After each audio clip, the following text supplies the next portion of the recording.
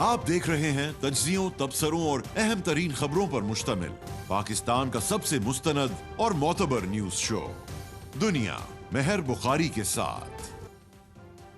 السلام علیکم and good evening, میں ہوں مہر بخاری۔ بیک وقت دو تحریک خیبر پختونخوا میں تحریک عدم اعتماد اور 5 اگست سے شروع ہونے والی ملک گیر تحریک انصاف بطور جماعت کے حساب کا کڑا امتحان ثابت ہو سکتی ہیں۔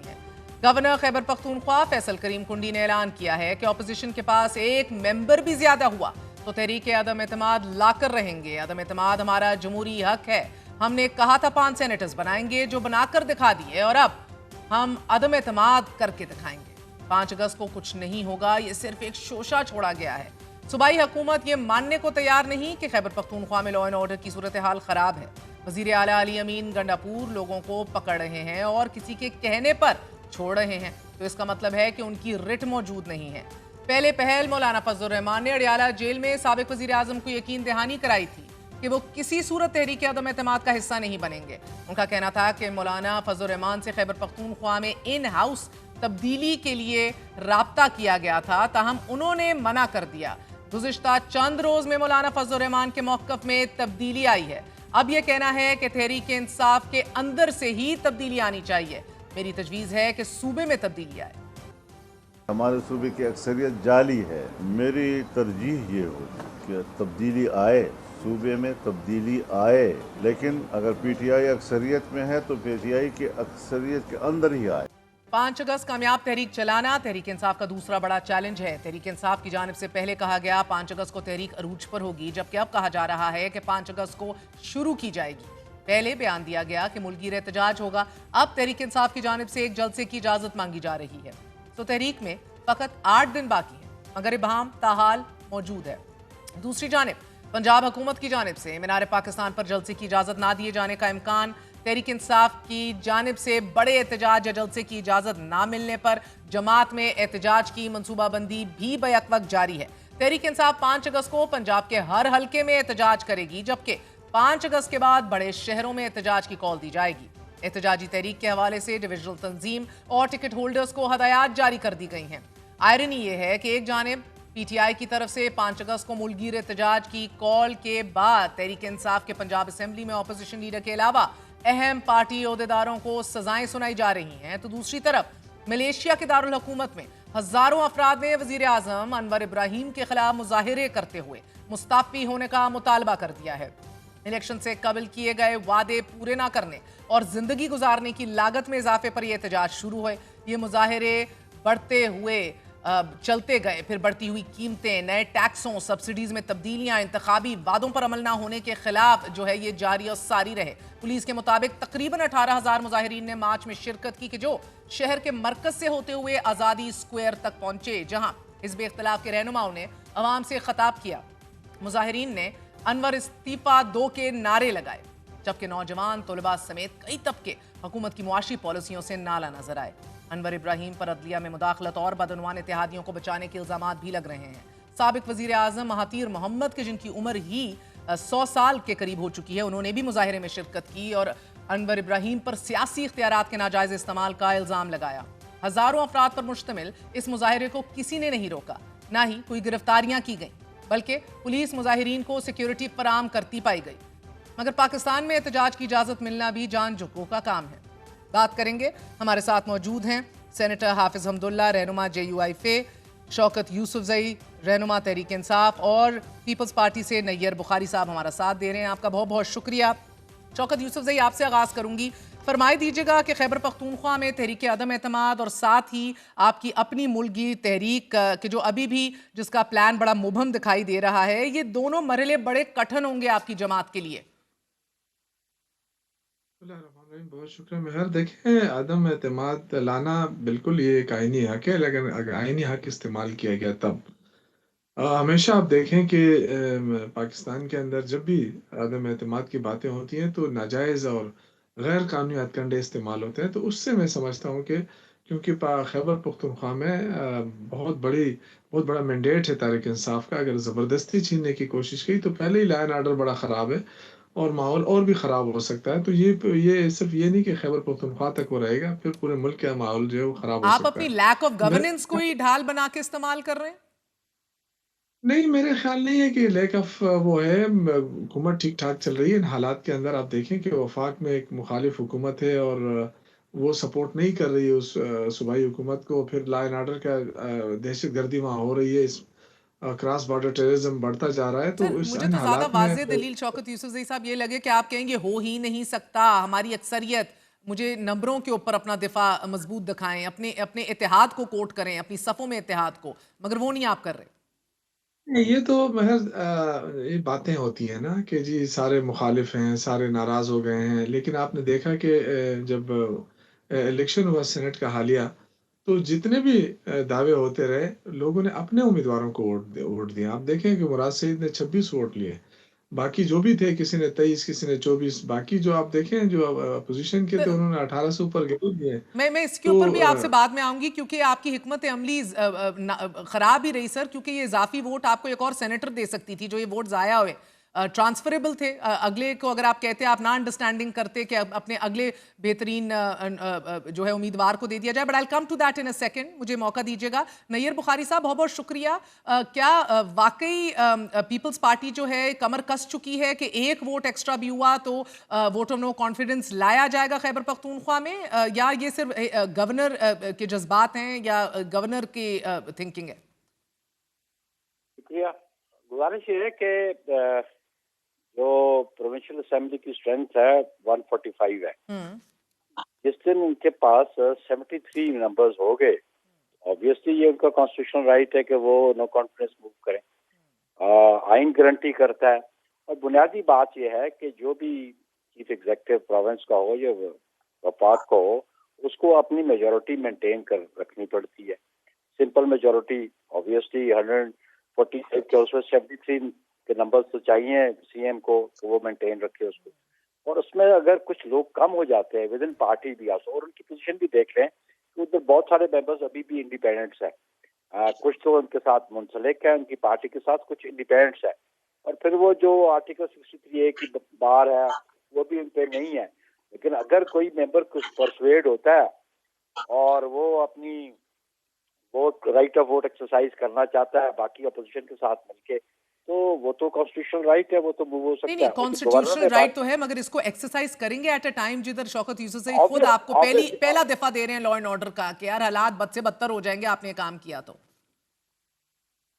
بات یہ ہے کہ دیکھیں کہ جو گورنر نے بات کی اس نے یہ کہا کہ ہم جب ہمارے پاس نمبرز پورے ہوں گے تو ہم موو کریں گے. اور پہلے یہ طے کرنا پڑے گا اپوزیشن کو اور اپوزیشن کی تمام جماعتوں کا. پیپلز پارٹی سولی تو نو کانفیڈنس نہیں لا سکے گی انٹل انلیس آج جو اسٹرینتھ ہے وہ 52 کی اپوزیشن کی، ان کو اور 21 اور ریکوائرڈ ہے. تو پہلی بات تو ہے یہ کنسنسس ڈیولپ کرے گی اپوزیشن میں اگر کنسنسس ڈیولپ ہو گیا تو obviously وہ باقی 21 کے لیے وہ بندوبست کریں گے، ان سے پرسویٹ کریں گے، ان کو اپنی صفوں میں لائیں گے، ان کو کچھ آفرز آفر کریں گے. That can be done, that is a politics you know. Of course. تو ابھی بھی مگر آپ کے اپنے 52 کے اندر بھی تو مکمل طور پہ اس کے اوپر ابھی گفت و شنید باقی ہے یا فیصلہ ہوا ہے؟ کیونکہ مولانا صاحب تو آن بورڈ ہوں گے تو آپ ان کے 21 کے اوپر نظر ڈالیں گے نا. اٹ از ویری آبویس کہ یہ 52 پہلے اکٹھے ہوں گے اور پھر یہ اور 21 کو لے کے آئیں گے، دونوں کانفرنس موو ہوگا. تو اس حوالے سے مولانا صاحب کو اعتماد میں لے لیا گیا ہے؟ اپنی یہ گفتگو شنید جاری ہے، بٹ اٹس پری میچور. ابھی ہم ڈسکلوز کریں کہ ہم نے کیا ڈیسیژن کر لیا ہے. دس از پری میچور ابھی تو. لیکن یہ تو ہر وقت رائٹ رہتا ہے member of parliament, member of provincial assembly کا اور اپوزیشن کا کہ وہ اپنے ایفرٹس کریں. کسی کو ڈسلوج کرنا چاہتے ہیں آئینی طریقے سے، وہ ڈسلوج کر لیں اس کو. اور آپ کو میں اس کے اوپر آؤں گی اس کے میرٹس کے اوپر بخاری صاحب، but let me get a feel of what JUIF is feeling. Hafiz صاحب بہت بہت شکریہ ساتھ دینے کا. مولانا صاحب نے تو اڈیالہ جیل میں عمران خان کو یہ واضح پیغام بھجوایا تھا اور یقین دہانی کروائی تھی بلکہ کہ آپ عدم اعتماد کا حصہ بنیں گے نہیں. کیا اب آپ نے موقف بدل لیا ہے یا اس میں لچک دکھا رہے ہیں؟ جہاں تک آپ کا سوال ہے تحریک عدم اعتماد کی، آپ کو یاد ہوگا کہ ایسے ماحول میں تحریک انصاف کا وفد مولانا صاحب کے ہاں پہنچا کہ لاہور سے عظیم گنڈپور ہم پر گولہ بارود کا وہ برسا رہے تھے. لیکن اسی دورانیے میں مولانا صاحب کے پاس PTI کے دوست آئے. مولانا صاحب نے کہا کہ تحریک عدم اعتماد میں جمعیت علماء اسلام کی کوئی دلچسپی نہیں ہے، لہذا ہم چاہتے ہیں کیونکہ نہ پاکستان متحمل ہو سکتا ہے، نہ خیبر پختونخوا اس قسم کی ایکٹیویٹی کا متحمل ہو سکتا ہے. تو لہٰذا ابھی تک تو جمعیت علماء اسلام کا یہی پوزیشن ہے کہ ہم تحریک عدم اعتماد کو نہ خود منہ کریں گے یا کوئی اور منہ کریں گے، اس کا حصہ بھی نہیں بنیں گے. فی الحال یہ آگے کیا صورتحال بنے گی وہ پھر آگے پر چھوڑ دیتے ہیں. اچھا، یعنی کہ اب تک کے لیے یہی سچویشن ہے، آگے نہیں پتا، کیونکہ موجودہ تو آپ سیٹ اپ کو غیر آئینی سمجھتے ہیں، مگر جو جماعت اس سیٹ اپ کے خلاف تحریک چلانے کا اعلان کر رہی ہے اسی جماعت کی ریزرو سیٹس بھی آپ لے لیتے ہیں، پھر اتحاد سے بھی پیچھے ہٹ جاتے ہیں اور ابھی بھی کہہ رہے ہیں کہ ابھی تک تو یہی ہے، آگے کا نہیں کہہ سکتے. غیر آئینی سیٹ اپ کو بھی قانونی کر دیا جاتا ہے سر، بیکاز یہ آپ لوگوں کے بیچ میں کوئی سیم فوٹنگ. جی میری بات سنیے، اگر آپ وہ مخصوص نشستیں کی بات کرتے ہیں نا، وہ تو ہم نے کسی بھی کورٹ اور کسی بھی عدالت میں ہم فریق نہیں بنے، اور ایک فریق عدلیہ، دوسری فریق پی ٹی آئی. جے آئی کو کہا بھی گیا کہ آپ حصہ بن سکتے ہیں، لیکن جے آئی حصہ نہیں بنی. لیکن جب سپریم کورٹ نے فیصلہ کیا، انہوں نے کچھ نشستیں ہمیں بھی دی. اگر یہ نشستیں ہمیں نہ ملتی تو یہ تو پیپلز پارٹی کے پاس جاتی ہے، ایم ایل این کے پاس. سر نہیں، آپ لوگ عدالت میں گئے تھے، میں نے خود کوریج کی ہے سر. آپ کا وکیل کہہ رہا تھا یہ سیٹیں ہمیں ملنی چاہیے، میں نے خود کوریج کی ہے سر. وہ فرسٹ ٹائم جب وہ گئے تھے الیکشن کمیشن میں، انہوں نے جو موقف دیا تھا صرف وہ موقف وہاں پیش کیا. جب سپریم کورٹ کا فیصلہ آیا تو جمعیت علماء اسلام نے کہا کہ فیصلہ ہمیں قبول ہے، ہم ریویو میں بھی نہیں جائیں گے. اگر کوئی اور پارٹی ریویو میں جاتی ہے تو ہم اس میں بھی ساتھ نہیں دیں گے. پشاور میں جب یہ کورٹ میں گئے ادھر بھی ہم ساتھ نہیں تھے. تو اس مقصد کہنے کا یہ ہے کہ جمعیت علماء اسلام کو اس میں دلچسپی نہیں ہے کہ حکومت کی تختہ الٹ جاتی ہے یا نہیں، اس کے محرکات اور اسباب کیا ہوں گے.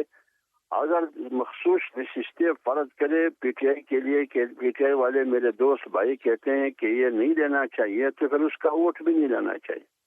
اپوزیشن جماعتوں اور پی ٹی آئی کے درمیان اتحاد تھا 6 اور 5 کے فارمولے کا.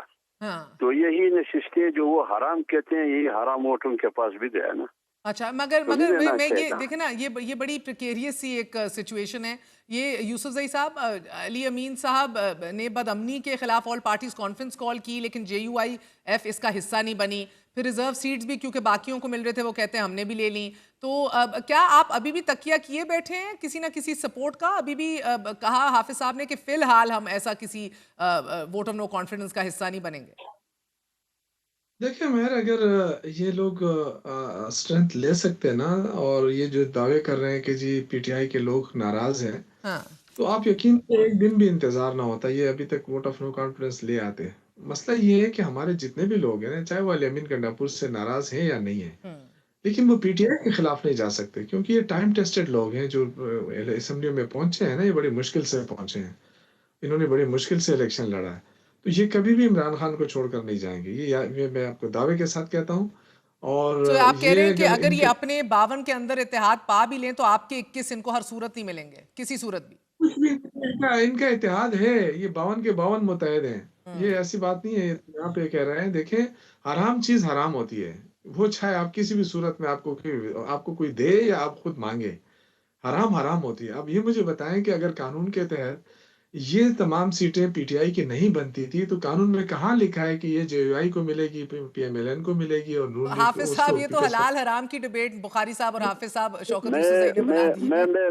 میں ایک بات عرض کر لوں، جی میں دور کہیں کسی اور کی جگہ پر بھی بیٹھا ہوں، کانے دسترخوان پر بیٹھا ہوں، تو دونوں کام کر رہا ہوں. بات یہ ہے اگر فرض کرے کہ یہ سب کچھ آپ کو یاد ہوگا 26ویں آئینی ترمیم کو بھی میرے دوست احباب اس کی بھی مخالفت کر رہے ہیں، لیکن آخر تک وہ ہمارے ساتھ تھے.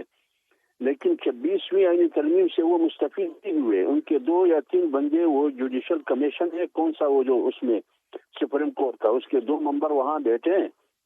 وہ حرام خوری تو وہ ہو رہی ہے نا. اگر وہ حرام تھے، 26ویں آئینی ترمیم حرام ہے، تو آپ کے 2 بندے کمیشن میں کیا کر رہے ہیں؟ تو لہٰذا حرام خوری کے عادی ہے نا آپ لوگ. کوئی بدوا نہیں، آپ ناراض نہ ہو جائیں میرے بھائی. وہ 2 نکال دیں نا، وہ 2 نکال دیں. آپ تو عالم ہیں نا، آپ لوگ تو دیکھیں نا، آپ تو دنیا کو بتا رہے ہیں کہ یہ حلال کیا ہوتا ہے، حرام کیا یہ ہوتا ہے. ہمیں یہ آپ ہمیں اپنے یہ آپ ہمیں ہم ملے سے ہیں. منع کریں یہ اس بات کے لیے. میں نے ایسے کہا مطلب یہ کہ ہم آپ کریں گے نہیں تو نہیں ہم بھی نہیں کریں گے، آپ چلے میں بجائے سر ہم اس کریں گے. ڈبیٹ میں میں نہیں نے میں پڑتے نے کون حرام خوری کا میں عادی نے ہے کہ کہا نہیں. کیا یہ انتشار پھیلاتے ہیں یا نہیں پھیلاتے؟ میں تو یہ کہہ رہا ہوں کہ یہ انتشار نہیں پھیلاتے. نہیں پھیلاتے. تو یہ حکومت غلط کر رہی ہے ان کو فیسیلیٹیٹ نہ کر کے. بالکل غلط کر رہی ہے حکومت، غلط کر رہی ہے حکومت، غلط کر رہی ہے. ان کو جی اجازت بخاری دینی صاحب. چاہیے.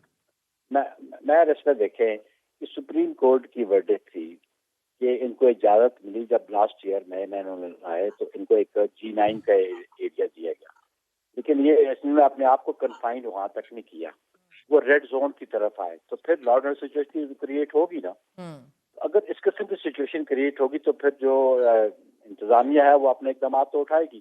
یہ آپ کے سامنے مثال ہے کہ جب یہ سپریم کورٹ کی پرمیشن کے باوجود وینیو ڈکلیئر ہو گیا کہ بیونڈ G9 یہ کریں گے، اپنا جلسہ کریں گے، احتجاج کریں گے، لیکن یہ ریڈ زون کی طرف جب بڑھے تو پھر آبویسلی ان کو جو لا انفورسمنٹ ایجنسیز تھی ان کو اپنا قدم اٹھانا پڑا. تو اس لیے اگر یہ بائی کنٹیکٹ پریویسلی تو ان کا کنٹیکٹ یہ ہے کہ یہ وائلیٹ کرتے ہیں. اگر یہ وائلیٹ نہیں کرے تو ان کا رائٹ بنتا ہے، کانسٹیٹیوشنل رائٹ بنتا ہے، ہر پولیٹیکل پارٹی کا بنتا ہے وہ احتجاج کرے.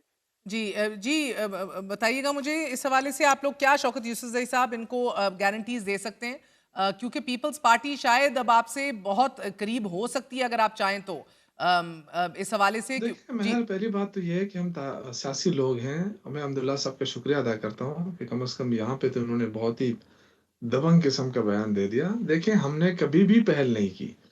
دیکھیں اتنے سارے لوگ اگر ہم لے کے آتے اور ہم اگر ان کو یہ سکھاتے کہ ہم نے جا کے وہاں انتشار کرنا ہے تو بہت بڑا انتشار ہو سکتا ہے، لیکن ہماری طرف سے تو ایسی کوئی وہ نہیں ہے. ہم 24 نومبر 26 نومبر کی آپ میں بات کروں، چلو اسلام آباد ہم چلے گئے، مجھے بتائیں کون سا گملہ توڑا تھا؟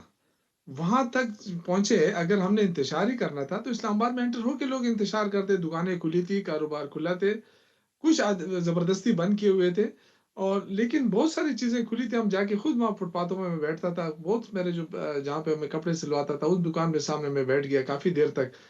اس کے بعد جب یہ ڈی چوک پہ پہنچے نا اور اچانک انہوں نے جو کاروائی شروع کی رات کو، تو میں یہ سمجھتا ہوں کہ یہ بہت بڑی زیادتی ہوئی ہے. پولیٹیکل لوگوں کے ساتھ پولیٹیکل ڈائلاگز ہوتے ہیں، ہم نے کبھی بھی پہل نہیں کی. لیکن ظاہر ہے جب آپ وہاں سے پہل کریں گے، لوگوں کو ماریں گے تو ڈیفینیٹلی. لیکن اس کے باوجود بھی ہمارے پاس کیا تھا؟ اگر ہمارے پاس اسلحہ ہوتا، یہ جو جس طرح دعوے کرتے ہیں، یا ہمارے پاس وہ، تو کیا اس کا کوئی کاروائی نہیں ہوتی، جوابی کاروائی نہیں ہوتی؟ اسی طرح لوگ بھاگ جاتے ہیں اسلحے کے ساتھ. ایسا کبھی بھی نہیں ہوتا. ہم سیاسی لوگ ہیں، سیاسی سٹرگل کر رہے ہیں. یہ جو 5 اگست کی بات ہے، یہ جو 90 دن کی بات کی تھی علی امین گنڈاپور صاحب نے، اس کا مین مقصد یہ تھا کہ ہم اپنی پوری کوشش کرتے رہیں گے 90 دنوں میں، چاہیے ہمیں ایک جگہ سے اور سر دوسری آپ جگہ لے اپنی جائے، سطح دوسری پہ جگہ. کتنے پلان کر چکے ہیں؟ 8 دن باقی رہ گئے ہیں، آپ لوگ متحرک نہیں ہیں، پلان مبہم نظر آ رہا ہے، ڈویژنل تنظیموں کو ایکٹیویٹ کرنے کا کہا جا رہا ہے. پہلے پہل کا 5 اگست کو عروج پہ ہوگی تحریک اور اب تو آغاز کرنے کی. So there is confusion and I ask you this because Yousafzai صاحب پہلے بھی لیک آف پلاننگ کی وجہ سے آپ نے آواز اٹھائی تھی کہ ہمیں شرمندگی اور ندامت اور نقصان اٹھانا پڑا ہے. دیکھیں مہر، اس وقت جو تھا نا، اس وقت ایشو یہ تھا کہ ہماری جو مین لیڈرشپ ہوتی تھی نا وہ اکثر غائب رہ جاتی. اس بار جو ہے نا بڑے پلاننگ کے ساتھ اور بڑے پرامن طریقے سے ہم کوشش کر رہے ہیں کہ ہم اپنی اسٹرگل جو ہے وہ آغاز کریں 5 اگست سے، اور یہ جاری رکھیں گے مختلف صوبوں کے اندر بھی اور مختلف اوقات کے اندر بھی. اور اس کے لیے جو لائے عمل بنا ہے وہ اس کو بڑا اس میں رکھا گیا ہے. اور یہ آپ یقین کر لیں کہ پوری تیاری ہو رہی ہے. اب میرے حلقے میں ایک جلسہ 1 کو ہو رہا ہے ریلی، اور دوسرے جو ہے نا 2 کو ہو رہا ہے. آپ کو ہر لگتا ہے ضلع اس کے طرح اندر جو ہے نا، بکھرا ہوا جو ہے اس سے امپیکٹ آ جائے گا حکومت کے اوپر جو اتنی تگڑی ہے اور نہیں بیکنگ بھی بڑی تگڑی ہے؟ نہیں، یہ بکھرا ہوا نہیں ہے. دیکھیں میں آپ کو ایک چیز یاد دلاؤں، 24 نومبر کو جو ہم نے کہا کہ ہم آ رہے ہیں اسلام آباد، آپ یقین کریں جب ہم حسن عبدال پہنچے تو 2 دن اس پورا پاکستان بند ہو چکا تھا، 2 دن سے. اور میں نے جا کے کہا کہ ہم آگے جاتے ہی نہیں ہیں، کیونکہ آگے پولیس کھڑی تھی اور جیسے ایسا لگ رہا تھا جیسے ہم کوئی دوسرے بارڈر پہ آ گئے ہیں. تو اگر ہم وہیں بیٹھ جاتے تو یقین کریں کہ 4 دن اگر پچھلا پاکستان بند ہو جاتا نا تو یہ ویسے ہی گھٹنے ٹیک دیتے. لیکن وہ تھوڑی سی حکمت عملی میں ہماری بھی وہ تھی. پھر ہم کہہ رہے تھے کہ چونکہ ہمیں ٹاسک ملا تھا کہ آپ نے جانا ہے اسلام آباد کی طرف، لوگ پریشرائز بھی کر رہے تھے، یوتھ جو تھا.